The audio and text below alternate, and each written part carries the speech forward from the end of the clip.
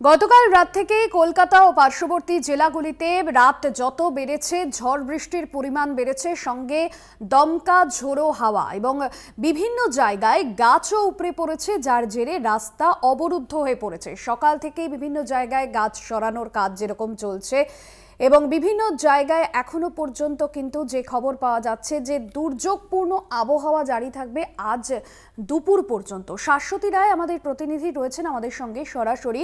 শাশ্বতী, কলকাতায় যে পরিস্থিতি, গতকাল রাতে দুর্যোগপূর্ণ আবহাওয়া তৈরি হয়েছিল, আজকের ছবিটা ঠিক কি?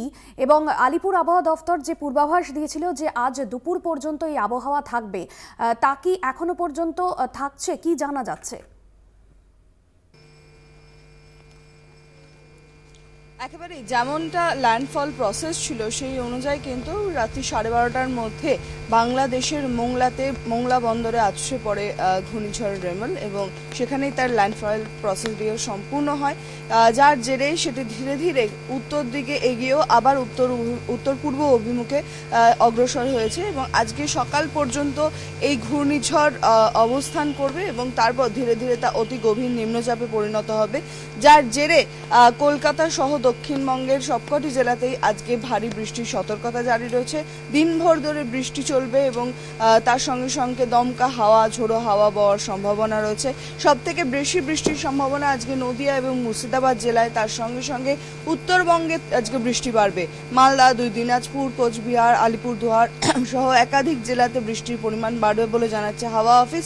এই বৃষ্টির দাপট আজকে অবধি বজায় থাকবে এবং শহর কলকাতার ক্ষেত্রে জলমগ্ন হয়ে পড়েছে শহর কলকাতা, কারণ সর্বোচ্চ বৃষ্টিপাত শহর কলকাতায় হয়েছে প্রায় 76 মিলিমিটার।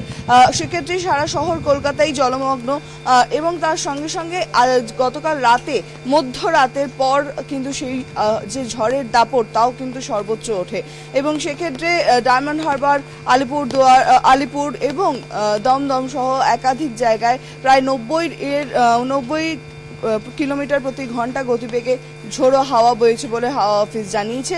আজকেও বৃষ্টি থাকবে এবং ঝড়ের যে দাপট তাও হালকা থাকবে বলে জানা যাচ্ছে।